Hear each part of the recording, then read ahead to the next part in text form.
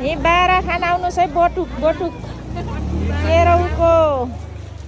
केराउको बटुक वडा 14मा हाट बजार लागेछ। यहाँ शनिबारे आउनुहोस् है साथीहरू।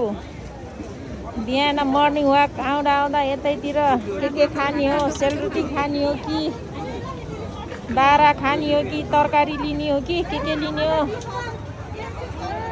यस्तो छ तरकारी जे लिए पनि छ, मासु लिए पनि छ। सेलरोटी खान आउनुहोस्। वडा 14मा हाट बजार लागेको छ साथीहरू, आउनुहोस् है सेलरोटी खाने। बाह्र प्लेट छ, सेलरोटी प्लेट छ। यहाँ 12 सेलरोटी खान आउनुहोस् है साथीहरू। वडा 14मा यहाँ बजार लागेछ, हाट बजार। हेर्नुहोस् मान्छेको धुइरो, रोटी पोल्ने धुइरो, बाह्र पोल्ने धुइरो। आमा बजार यस्तो छ बजार।